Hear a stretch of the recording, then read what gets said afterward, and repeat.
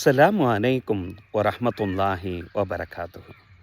நமது பிள்ளைங்க ஆசைப்படுது என்பதற்காக வேண்டி நெருப்பு துண்டை எடுத்து நம்ம கையில் கொடுத்துருவோமா என்ன? கொடுக்க மாட்டோம் அல்லவா? ஏன்னா அதனுடைய பாதிப்பை உணர்ந்தவர்கள் நாம். அந்த மாதிரி தான் நபிகள் நாயகம் ஸல்லல்லாஹு அலைஹி வஸல்லம் அவர்கள் தங்களுடைய தோழர்களுடைய விஷயத்தில் அவ்வாறு தான் நடப்பார்கள்.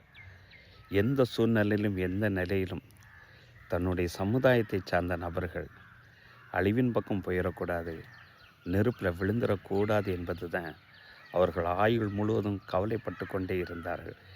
ஏன்னா தோழர்கள் அந்த அளவுக்கு நேசித்தார்கள். தோழர்களும் நபி ஸல்லல்லாஹு அலைஹி வஸல்லம் அவர்களை அந்த அளவுக்கு நேசித்தாங்க. அதற்குண்டான சின்ன ஒரு உதாரணம் சஹீஹ் முஸ்லீமில் இந்த ஹதீஸு பதிவு செய்யப்பட்டிருக்கு.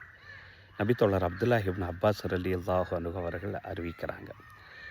நபி ஸல்லல்லாஹு அலைஹி வஸல்லம் அவர்கள் ஒரு தோழர்னுடைய கை விரலில் தங்க மோதிரம் ஒன்று மின்னி கொண்டிருப்பதை பார்க்குறாங்க. அவங்க என்ன நினச்சாங்களோ தெரியலை. உடனே அந்த தோழனுடைய கையை பிடிச்சி அந்த விரலில் இருக்கக்கூடிய தங்க மோதிரத்தை கலட்டி தூர எரிஞ்சிட்டு ரசூலுல்லாஹ் சொல்கிறாங்க, உங்களில் யாராவது ஒரு நபர் நரகத்தினுடைய நெருப்பு துண்டை தன்னுடைய கையில் அணிகிறத விரும்புவாரா என்று ஒரு வார்த்தை அந்த இடத்துல சொல்லிட்டு போயிட்டாங்க. அப்போ அங்கே இருக்கக்கூடிய அந்த தோழர்களெல்லாம்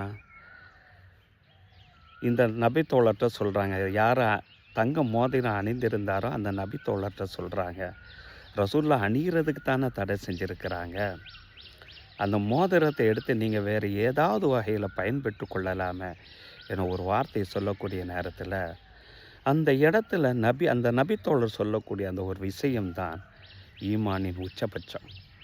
அந்த வார்த்தை சொல்கிறாங்க, லா ஒரு காலம் கிடையாது, வல்லாஹி அல்லாஹ் மீது ஆணையாக லா ஆஹுதுகாவதா, ஒரு காலம் அதை நான் எடுக்க மாட்டேன்.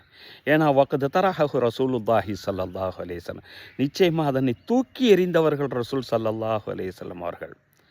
நபி அவர்கள் வெறுத்து எதனை தூக்கி எறிந்தார்களோ அதை நான் ஒரு காலம் எடுக்க மாட்டேன் என்று சொல்லிவிட்டு அந்த இடத்தை விட்டு சென்று விட்டார்கள். இதுதான் ஹதீஸ். நாமும் ரசூலுல்லாவை விரும்புகிறோம்.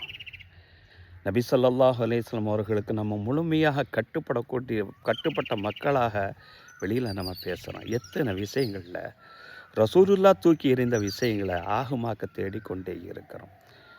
ஒவ்வொரு திருமண பதிவின் போது கூட ஜமாத்தில் மணமகனுக்கு மோதிரம் என்று ஒரு விஷயத்தை பதிவு செய்கிறாங்க.